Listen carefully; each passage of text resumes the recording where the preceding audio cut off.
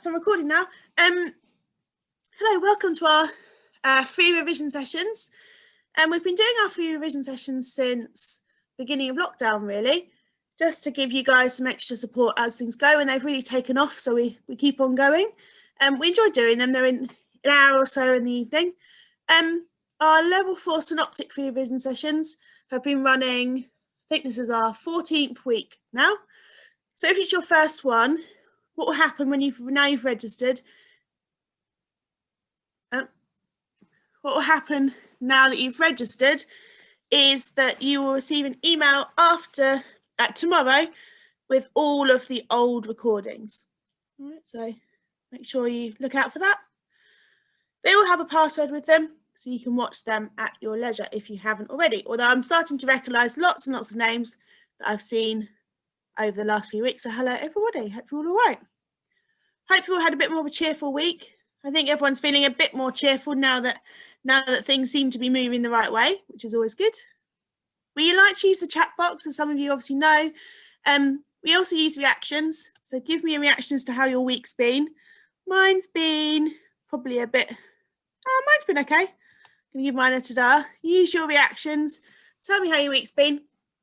And then we will have a look. I know, I'm glad it's Thursday as well. It's good. Lots of thumbs up. Yeah, hopefully you're all feeling cheerful enough. No, there was no revision last week because of half term. I was off for the week for half term, but I'm around now till Easter. So I know that you hopefully we're a bit, hopefully no one's too stressed this week actually, given that the next exam sitting, I suppose, isn't until April. So I thought we'd do something on fraud tonight. Hopefully you're all a bit less, hopefully no one's panicked about their exam, given that your exam is probably a good few weeks away, right? Oh, that's annoying, Megan. You're supposed to do your exam, but the system was down. That's annoying. Hopefully, have you got it rebooked now for April? Have you got it rebooked? Ah, you arrived there. That's unlucky. 12, okay. Well, you get to come and see us for a few more Thursdays just yet, which is good. Sorry about that, though. That's annoying for you. Annoying for you. Good to see 58 of you, as usual. It's good. Always get nice numbers on our level 4 synoptic. So tonight, what I was thinking of doing is doing a question on weaknesses. We're going to have a look at this task because it feels like the sort of task that people really underestimate, and then they come out and they think they've done a good job and they really haven't. But to give it a bit of context, the main thing with these weaknesses tasks that we're going to have a look at, about an hour, Adrian, about an hour. If you need to go and do something else, you can always just wait for the recording instead. Yeah, so the main thing with the main point of these questions typically is that you are supposed to pick out a weakness from the scenario and give a recommendation. And people think they've done a really, really good job when they pick out the factors and then they think what recommendation they get. And then when they only come out with half marks, they don't really understand why. And I've said to you before, it's because they've missed that implication. If there's a weakness in my system, the implication is saying, well, what could happen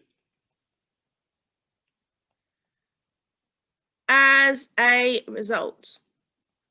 And sometimes people say, well, the business could lose money, or they say, well, the business could fail.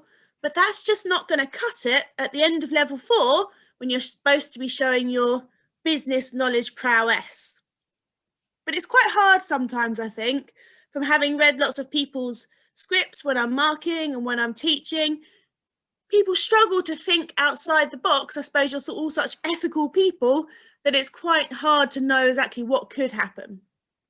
So what I wanted to do is just have a little bit of a look at some of our notes on fraud, just to start giving you a bit of context about, well, what could happen as a result of all these weaknesses.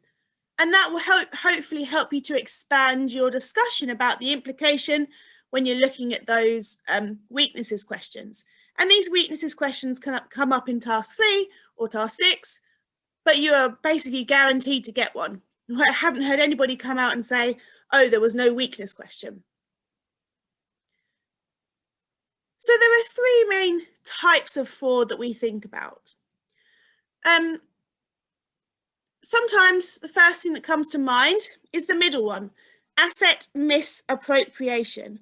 What's misappropriation another word for? What's misappropriation? Put it in the chat. What's misappropriation a word for? Theft, Lisa, it is. Peter, we're running courses all the time. So if you go to the First Intuition website, you'll be able to book on to a multitude of courses, which is good. We're excited to see you there. It is. Misappropriation is definitely another word for theft. It's a good word to keep up your sleeve, actually, rather than theft.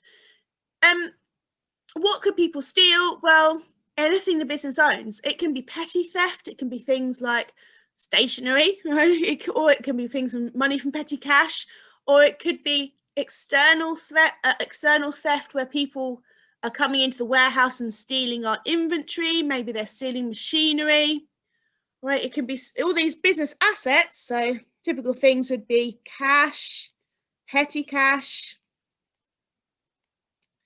potentially inventory, any sort of PPE assets. All these things, any asset really that can be picked up and stolen, can be stolen by employees or third parties. What sort of controls are we going to have to mitigate this? How can we mitigate this risk, do you think? How can we mitigate this risk? Put it in the chat. How can I mitigate these sort of risks? How can I prevent these risks from happening? Yeah. Excellent. So lots of good answers so far. Zara, absolutely. Ruth, absolutely. Physical controls are a very good stopper. Physical controls meaning what? What are physical controls?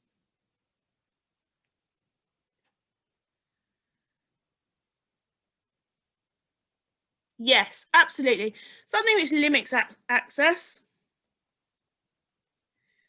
Anything limiting access, so I don't know, even a lock or a key. And the more you build your knowledge of these sort of terminology and these things you can do, the better your answers are going to get. Right, we're not at panic stations. Your exam isn't until April, so you might as well build up your knowledge this way. Absolutely, physical controls will help. Had a couple of excellent ideas as well up here. Segregation of duties is going to be a really, really important thing. It's going to be important for you guys, not only for your exam, but in terms of your business life. All right, the more you can segregate duties, the less misappropriation and false accounting is likely to happen. What is segregation of duties? Put it in layman's terms. What is it?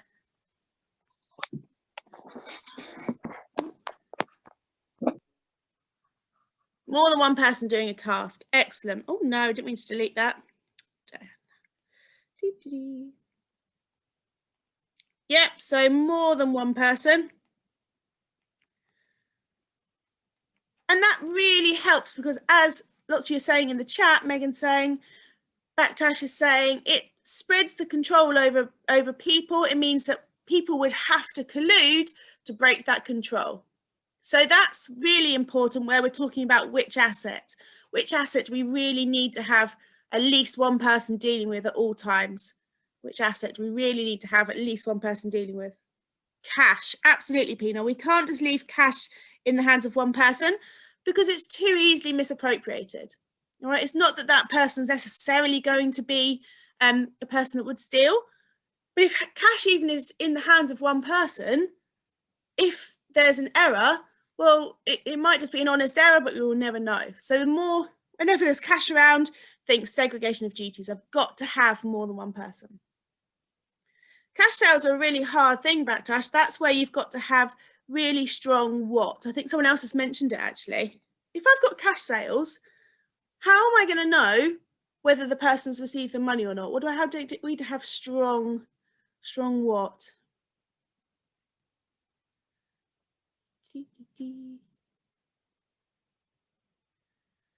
You can either have strong inventory controls, strong process controls, absolutely.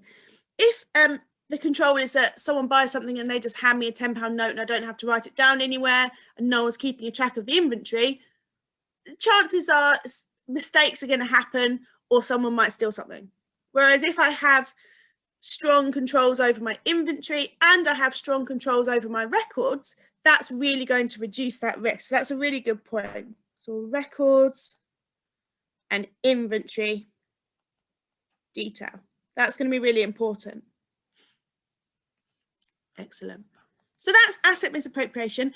And lots of studies show that actually, in terms of different levels of fraud, asset misappropriation is often by operational level employees. If it's internal to the organisation, that is, it's operational level employees that have access to that level of operation and that have the opportunity. It's all about opportunity, this asset misappropriation. And if you spend some time Googling asset appropriation, any of the big companies, you'll see it's quite a big thing. I think someone else mentioned a really good point, actually. I'm going to start blocking out this page. Someone mentioned a really good point. They were saying sanctions for it happening in the first place. And sanctions are a really important part of controls, not so much because they can detect a control. What can sanctions do to theft? Rather than detect a theft, they can deter. They absolutely can. They can prevent or deter people from it by putting some sort of sanction there. What can you envisage? Think about your day-to-day life. What sort of things do you see that are there to stop misappropriation of assets? Yeah, we're going to get to that, Ruth. That's A. That's A. Yeah. What sort of controls do you see in the supermarket, for example? What controls do you see to deter or prevent misappropriation of assets? Security, absolutely. Cameras, absolutely. Oh, I keep deleting it, don't I? Prevent, deter. Right, so security, cameras, absolutely. Till only opens on sale. Nice, Lisa. Oh, I've got loads in my chat box. Warning signs. Yeah. Right, and it's not that you should walk around not trusting anybody. It's just that if you have these controls, it deters people from doing it in the first place. CCTV, absolutely. Alarms, absolutely. No cash overnight. Excellent. I've run out of space now. Hang on, let me move some stuff around. Over there.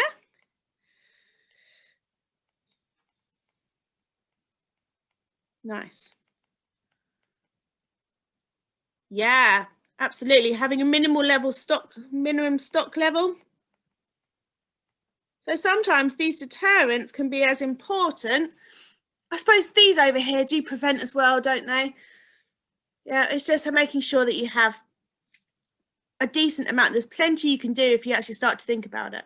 Pin pad access, absolutely. You've got some fantastic ideas in the chat. Okay, so that's one category of theft, of fraud, I should say, asset misappropriation. Moving down then to collusion. Actually, no, let's go up. Let's go bank cash regularly. Yes, absolutely. Let's go up to false accounting. What's false accounting?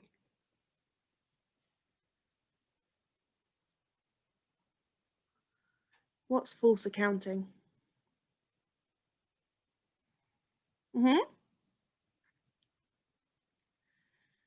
Yeah, so it can be one of a few things, can't it?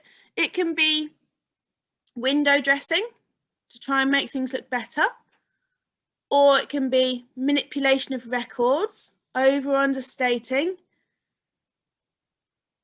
I suppose, what's the intention? Incomplete information, teaming and lading. Excellent, some great ideas in here.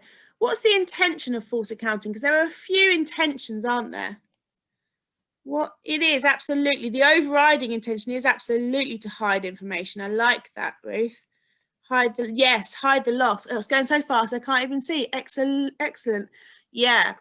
And there's a few different intentions, aren't there? Oh, hide them. Oh, gosh, there's so much going on in my chat. Hang on. I'm going to have to go scroll back up. Fantastic, guys. So, absolutely, the overriding objective here is to hide information. And there's different things you can take out of this spider diagram. You can be hiding information because you want to make the accounts look better. Maybe if you were looking to looking for your bonus, or if you had KPIs related to it, if there was something which was going to better you if people thought there was a big profit.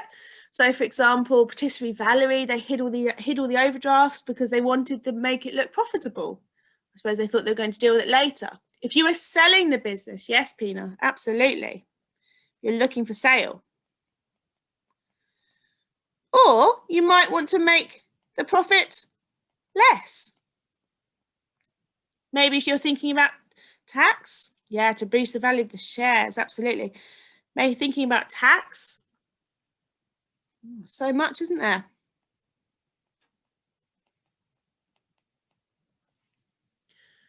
Make sure you have a look through the chat. Hopefully on the record, I think you can normally see it. Make sure you have a look through the chat because there's so many great ideas coming through here. This is teamwork. This is excellent classroom work. Yeah. Or why else might you hide information? Scared to ask a question. You guys are answering so much. This is excellent. I love it.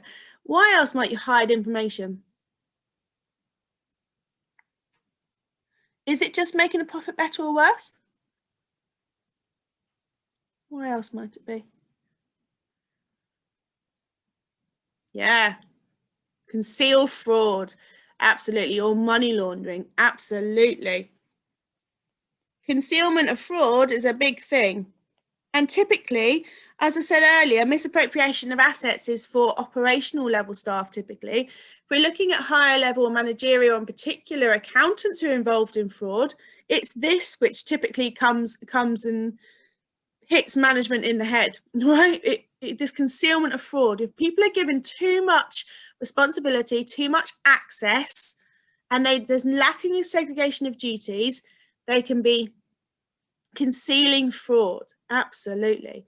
And quite a lot of people are able to conceal fraud for a very long time before something else crops up them. Might be that they've suddenly gone over materiality levels with the auditors, and the auditors are now interested in what's going on in that particular area.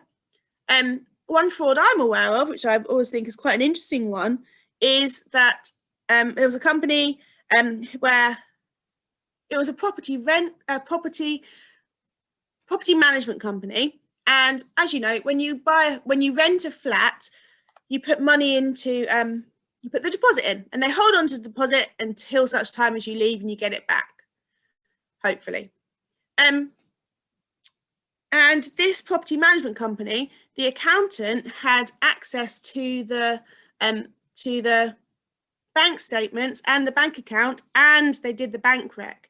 And over a period of years, they took an awful lot of money, and no one noticed, or it wasn't big enough until the auditors noticed that it had gone over their materiality, and the person had taken all the money. If there is fraud and money gets stolen or assets get lost, who is responsible for that? Who has responsibility for all of this? Yes.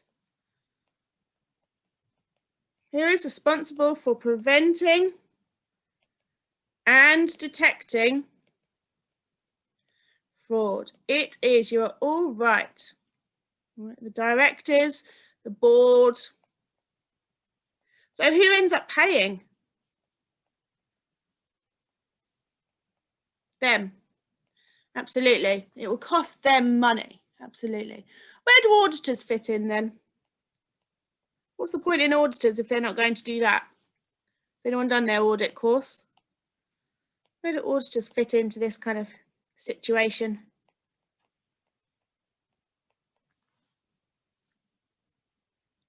What are auditors there to do? Yeah. It's a bit mean if you haven't done audit yet. Yeah. So auditors are there officially. I was teaching ACCA audit today, actually. Auditors are there officially to provide an opinion on whether the financial statements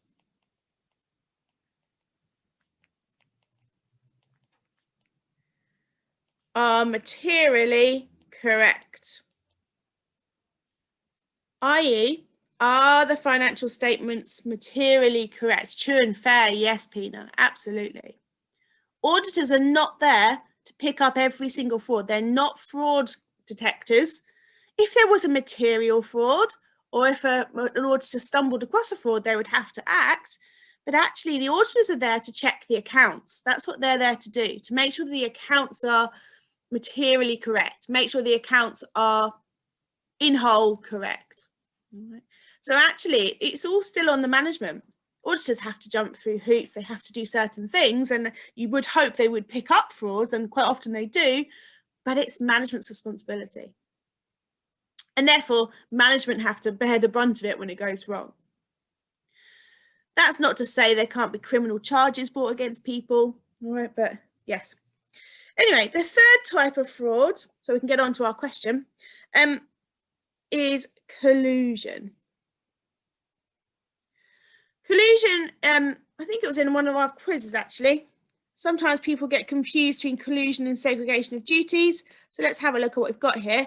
Collusion is an agreement between two or more parties, sometimes illegal and therefore secretive, to limit open competition by deceiving, misleading, or defrauding others of their legal rights, or to obtain an objective illegally by defrauding or gaining an unfair advantage.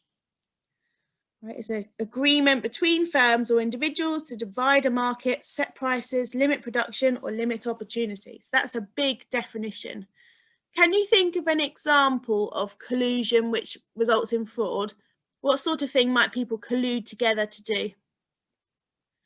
Do you think? That's big, isn't it, Ruth? I'm not sure I'd want to learn that off by heart. Yeah, how could they do that, Pina? 2 employees. Yeah, what could 2 employees do?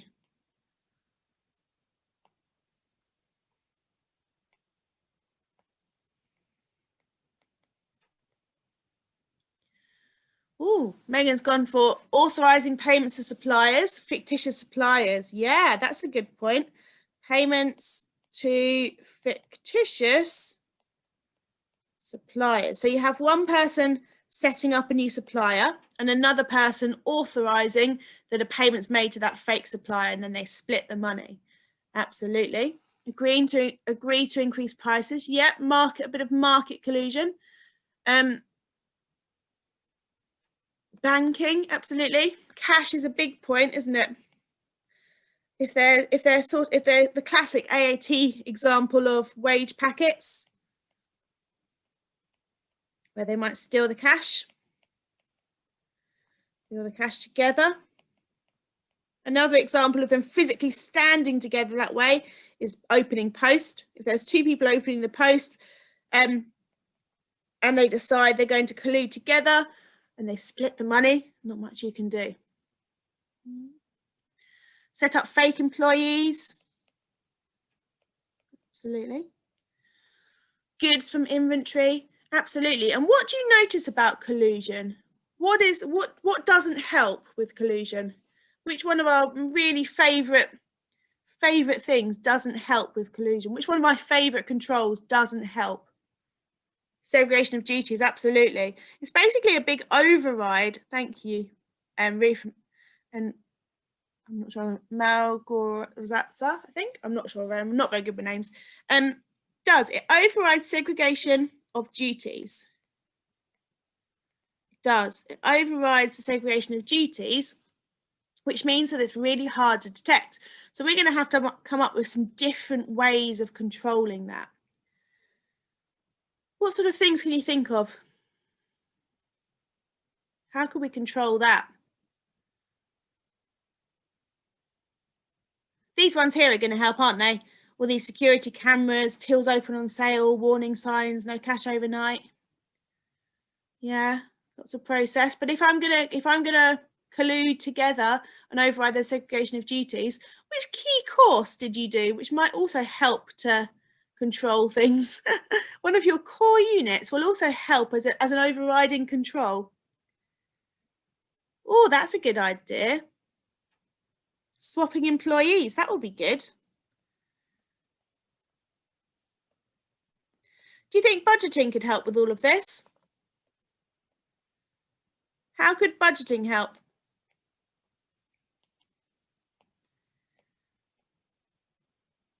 How could budgeting help with all of this? Yeah, senior authorization is a good thing. Variances, yeah. Sometimes if we can't prevent these things from happening, we can detect them by having robust budgets. Remember, in budgeting, you're thinking about looking at variances, looking why things are going on. It's unlikely this is going to happen once. There'll be trends, there'll be things you could spot. Maybe a customer keeps not paying. Maybe there's a certain person whose wage keeps going up. Maybe a supplier keeps getting asked, the prices keep increasing. The stronger your budgeting is, if you can't prevent something, the stronger your budgeting is, the more likely you are to detect it and pick it up. Yeah. Hopefully on the video you can see the chat, because there were so many great ideas in this. It's been fantastic teamwork tonight, guys. Thank you. So many good ideas out there. I dread to think how many messages we've got. Actually, yep, oh, well over, I don't know, actually, a lot. Thank you for these fantastic ideas. Authorization's obviously going to be a really key control when we're looking at controls. But what I would suggest you do is just spend some time researching frauds that have happened that are in the media. You'll only be able to find things where they've been resolved, so you won't have to worry. But it's quite an interesting one to look at, and you've got to contextualize these things. There's no point just doing lots of scenarios and thinking, yeah, because you guys are going to be the accountants of the future, going out into the world. You want to make sure you're aware of what could happen and how you can prevent it. And all of this fits in really nicely with ethics, thinking, well, anyone that's going to do this is not showing what? Which one of our key fundamental principles is anyone who's committing fraud not showing? That threw you, didn't it? Jumping straight to ethics. Integrity, absolutely. Right, show some integrity. Don't be fraudulent. So what happens then, do you think, if an accountant is found to be fraudulent? What are the recourses? What could happen? There's a couple of things that could happen. If an AAT member is found to be fraudulent, what's going to happen? It gets demand. Yes, you can be struck off the AAT. You can lose your AAT license. What else? You'll be expelled. And it's worth having a look through the AAT disciplinary pages. They're all public knowledge. Criminal proceedings is the other one I was after. Because not only is it a lack of integrity, it's also illegal. All right, so which other of our fundamental principles would it definitely be against? Oh, there's a few actually, aren't there? Run out of space here. Basically not worth it, I know. Typically what happens, Marta, when you read a bit more about it, is it's a bit of a snowball. It's a bit like debt, I suppose. Someone sees an opportunity or they need something and they don't have enough money. Sometimes it's quite sad. They need something, they don't have enough money. Yes, guys. There's one more, guys. Which other one might it be? If you see an opportunity and you take that opportunity, you see an opportunity, they take it, and then it snowballs. They start to think, oh, I need this, or they're living beyond their means, or they're doing it for an ulterior motive. It's often quite sad, really. It's very rarely because the person thought, I know, I'm going to steal some money. Professional behaviour, definitely it's against professional behaviour because it would bring the profession into disrepute. The last one, fraud is quite often a breach of. Say I had something to, I saw an opportunity and I had something to gain, but I knew it was the wrong thing to do. Which of my fundamental principles is at risk? I saw an opportunity. I knew there was something to gain, but I knew it was the wrong thing to do. My objectivity definitely is a risk. And that's a really good definition of what that means. If I saw an open warehouse and it had tons of cash lying around, my objectivity would be at risk because I would be thinking, oh, I could take that money. I know I shouldn't. I know it's not the right thing to do. I know it's going to affect people and I know I might get struck off and I don't really want to. But that devil on your shoulder, that's objectivity. And when it's at risk, that's what's going on. Because there's self-interest, there's something to gain. Absolutely, Sam. Those two really link quite closely. All right, right. I'll send you this page here. Hang on.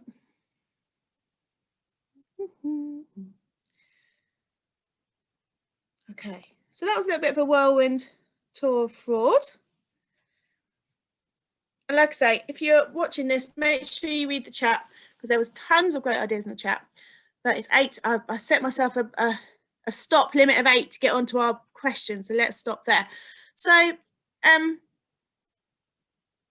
the one we want to have a look at is task 6.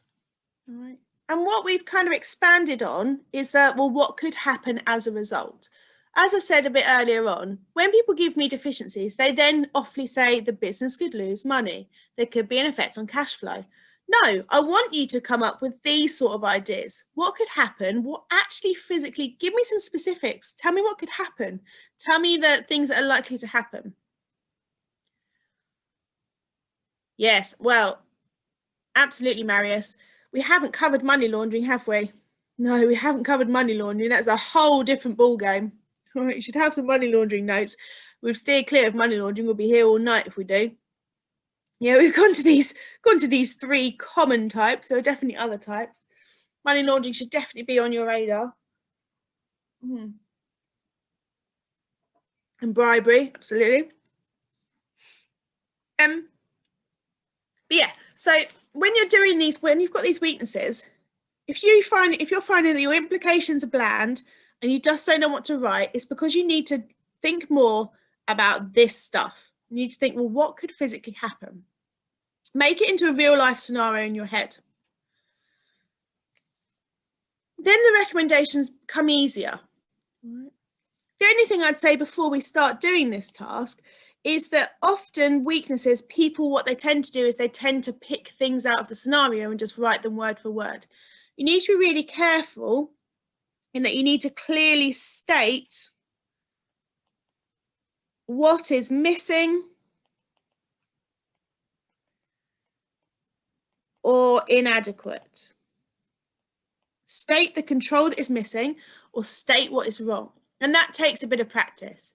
There's no point picking up a sentence and putting it in there and you clearly understand what's going on. You have to be really clear what the problem is. And what's another word for problem? What's a control what? What would this be called? The control what? Put it in the chat. Control lack, not quite.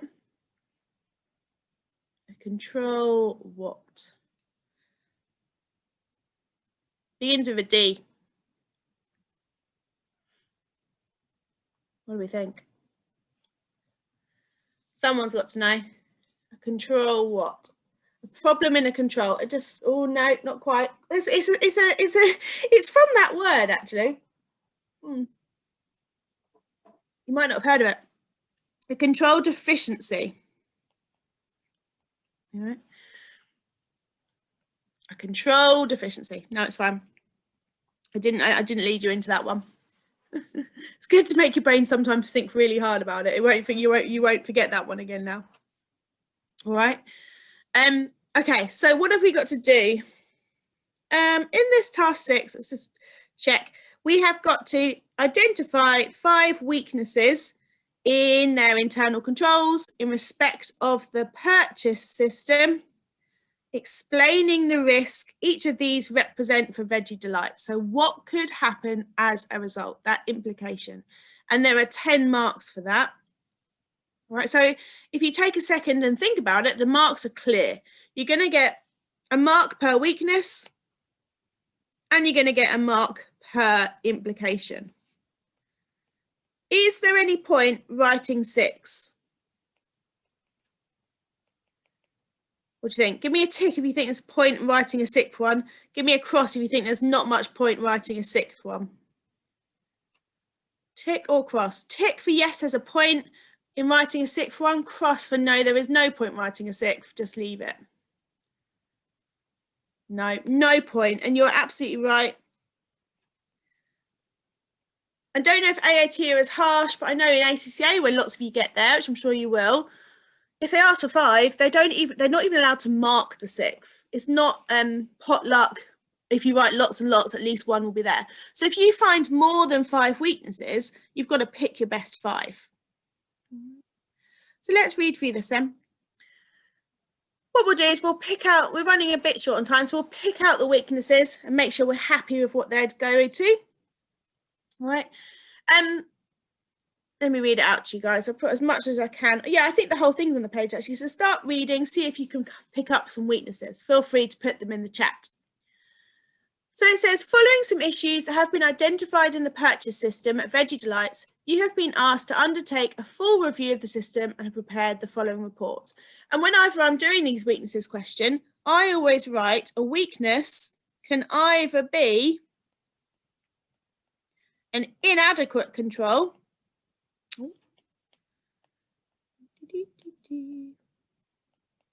a control that isn't working, or it can be a missing control. And often students don't remember the missing side of things. They just look for what's there. When you're reading through, you've got to think, right, what's missing?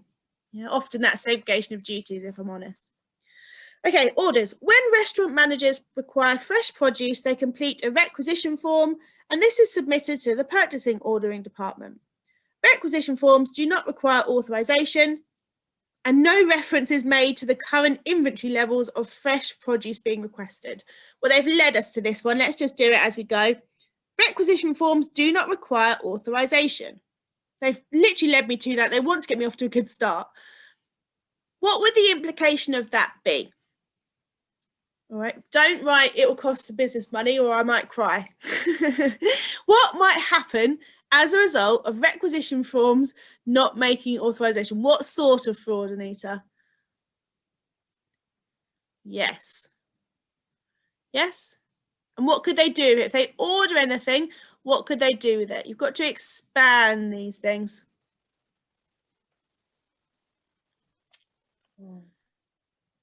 Oh, good point, Lisa.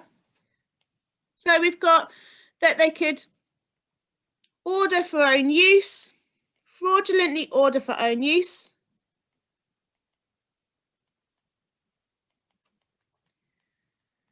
or Lisa said quite rightly, there might be errors. I'm watching a great show at the moment called Superstore. I don't know if anyone's watching it. And there was an episode where Amy ordered 12,000 freeze pops. It made me laugh. I like Superstore. It's on Netflix. It's really good. Yeah, order for a family friend. Oh, good. Ordering Megan's on the right track. Ordering excess leading to waste and higher costs. You've got to expand it. Okay, so if there's errors or if they're fraudulently order for your own use, that's going to end in there being excess cost. So really expanding those answers out.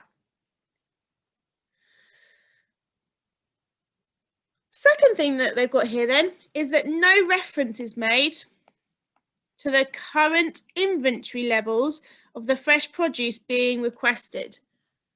What's the problem with that?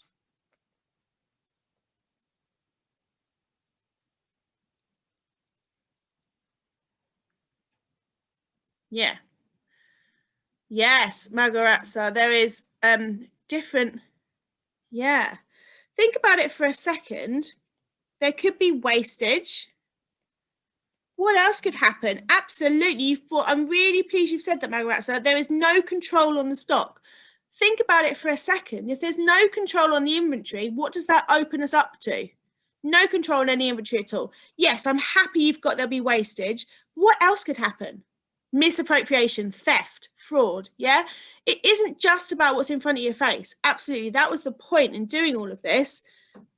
If there's no reference made to the current inventory levels of the fresh stuff being requested, is there enough control over it? People just ordering whatever they want? Yeah, how do they value it? There's no control over what goes out. There's not anything going on. There is a risk of misappropriation. And I'm not saying don't put the obvious thing. I'm just saying this is how you expand your answers. This is how you get more out of it. You say, look, there's wastage, probably there's perishable goods. But actually that opens you up in the secondary implications. It opens you up to risk of misappropriation. People can just order what they like. They can just take what they like, it seems. Yeah. How do they value it? Absolutely. Stock outs, Leslie. So you're on a slightly different wavelength, but I like it. Stock outs. What's a stock out?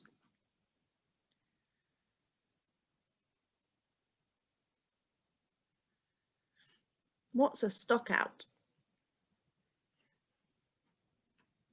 Running out of produce. Absolutely. Have you ever ordered anything from Amazon and then it says it's going to take 3 weeks to get here and you just think, oh, that's such a waste of time? It's so annoying and it's really bad reputationally. Yeah. Oh, Sam, great. Inventory holding costs. Take me back to elements of costing. Yeah.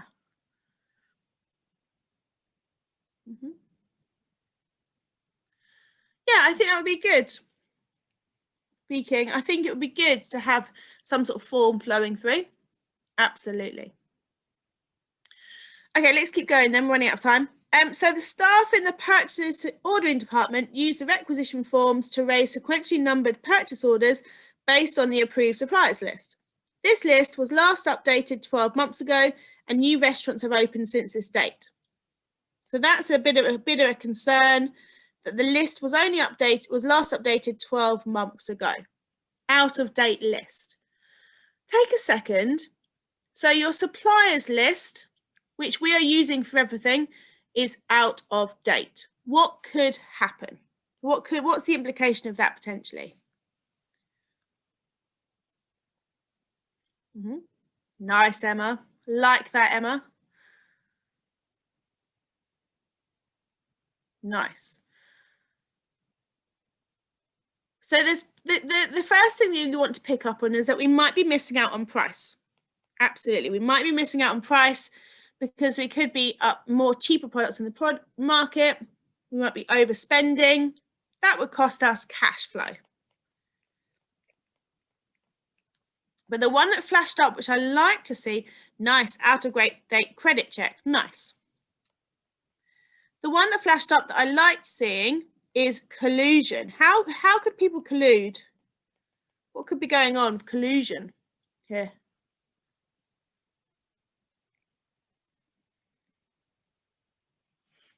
I was happy when I saw it flash up.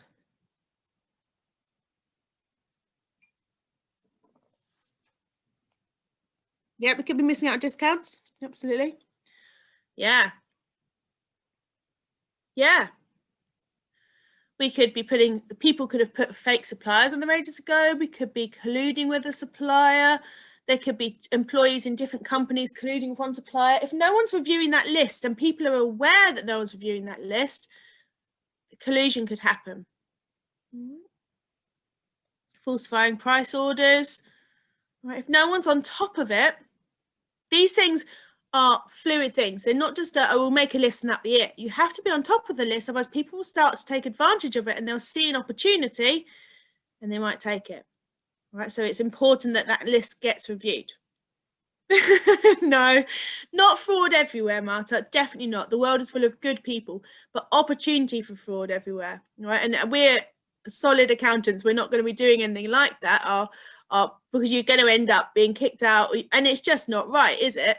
But when you start to think about it, if people are out to gain money, there is opportunity. So this is why when you guys are running your businesses, just think around the box. Just remember this and think around the issues. Okay, keep going then. Purchasing manager authorizes the purchase orders prior to these being sent to the relevant supplier. When the goods are received,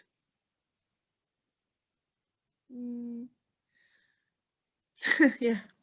When the goods are received, the individual restaurants will verify the quantity received to the supplier's dispatch note, and they will check the quality of goods received as satisfactory, and they'll record that on the goods received note. What's wrong there? What's not happening there?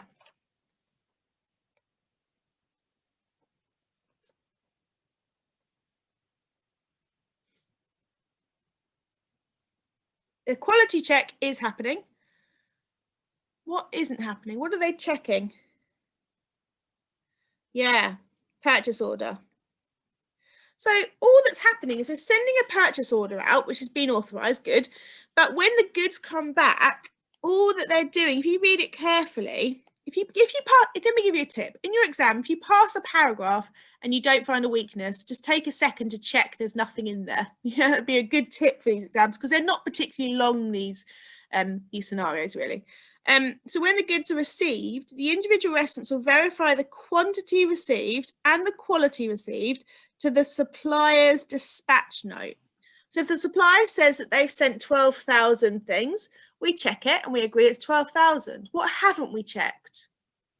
Absolutely, Milena. We haven't checked the purchase order. We haven't checked what we've actually ordered. All right, there's no checks what we've actually ordered.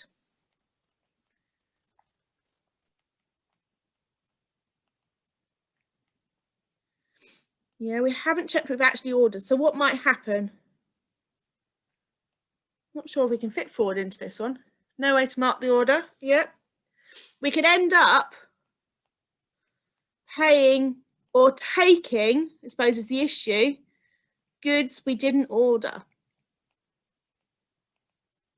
My kids really like this show called, I don't know if anyone's got kids here, probably of 63 people, some of you are going to. Have you seen Waffle Dog? A really good show, Waffle Dog, on CBeebies, where the next door neighbour orders loads and loads of toilet roll. It's really funny. It's their favourite. We're one of their favourite episodes. It's exactly that. She doesn't want to sign for it. Such a clever dog. I know. Such a clever dog. Such that one. She orders all this stuff. And I just think she doesn't, I think she actually doesn't want to sign for the order. She knows it's not what was on her purchase order. She made a mistake. But yeah, it's a funny episode. Anyway, problem for us is that we don't check what we've actually ordered. So we're going to end up with loads of stuff we didn't really want. Right. Let me let you get on with your evenings in a bit. Goods received. So now we've received the goods. Individual restaurants complete a sequentially numbered goods received note. That's good. Sequential numbering is a good thing. It's actually a really good control, sequential numbering. And people assume that sequential numbering, which is just giving 1, 2, 3, 4, 5, etc., is just for admin. But actually, it's really, really useful. If I have sales and if I don't number them, a piece of paper or an entry could just go missing and I would never know and I wouldn't know what was going on. Absolutely, Emma. But if I sequentially number them, Ruth, I can detect a gap. If I'm looking, okay, 1, 2, 3, 4, ooh, where's number 5 gone? That's where the problem is. That's the one that's missing. Mm-hmm. So sequential numbering is good. Computerized system are even better. The best is sequential numbering on a computerized system, because then an auditor can come along, use data analytics and work out what's missing, what's been deleted, where the problems are going to be.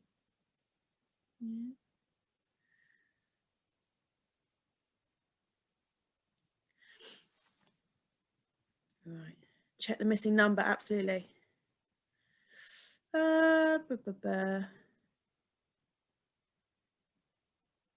Yeah, that's helpful as well, isn't it? Putting a number in. Okay, so a copy of this goods, this will be sent to the accounts payable department. The other copy will be placed on a file held in the restaurant.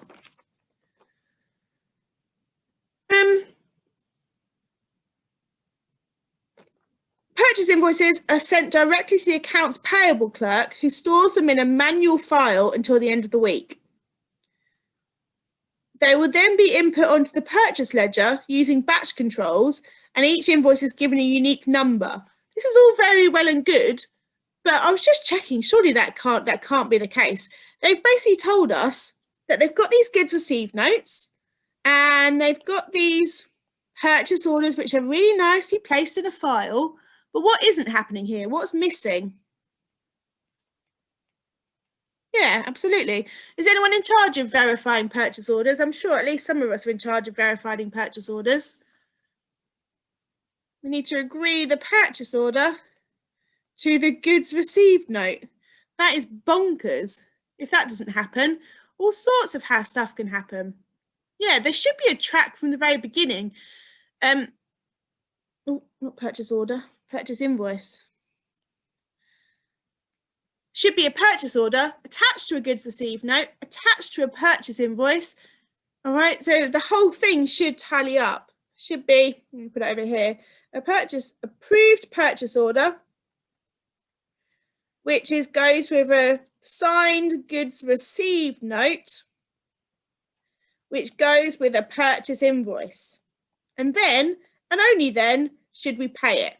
Right, to say, look, we ordered this, we agreed we were going to order it, then we got what we ordered, and then we got an invoice. Oh, nice, Megan. Megan said you can link this to the pre-scene as they have suddenly expanded their business, so need more thorough controls in place to cope with these things. Nice. I really like that, Megan. I think in a few weeks' time, we're going to do a read-through Veggie Delights. You know, we won't do it too far before the exam. Yeah, but definitely we're going to have a look at Veggie Delights. Yeah, there needs to be something. Otherwise, all sorts of stuff could go on. I'm sure you guys could absolutely tell me all sorts of opportunities there where people might be fraudulent. Something else to mention is that apparently this person, Supple, stores them in a manual file. And as Sam's already said, manual files are secondary to computerized system, right? Because errors can be made. It's much more likely it's going to be an error in a manual file or even manipulation in a manual file. What do you guys use? Do you guys use Xero? What do? Do you use Xero, SAP, QuickBooks, Sage, Aggresso? Nice, heard of that. Access. Yeah, there's not that many names. Oh, there's a few more coming in now. Microsoft Dynamics, Unit 4, Xero. Yeah, there's a few big names SAP coming in there. And those computerized systems are very effective, especially now you can just take a photo and that's it, you're sorted. Right, but all of it's better than manual files where things just go missing. Okay.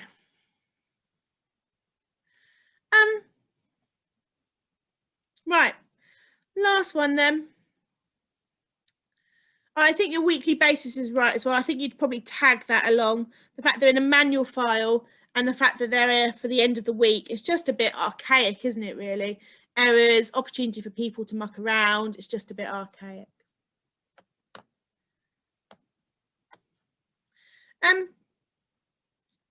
Last one then. Purchase invoices are reviewed and are authorised for payment by the finance director, but the actual payment is only made 60 days after the invoice is input into the system. What do you think about that? Invoices, payments being made 60 days after the invoice is input onto a system. Poor relations with suppliers, credit terms, absolutely. So poor relations.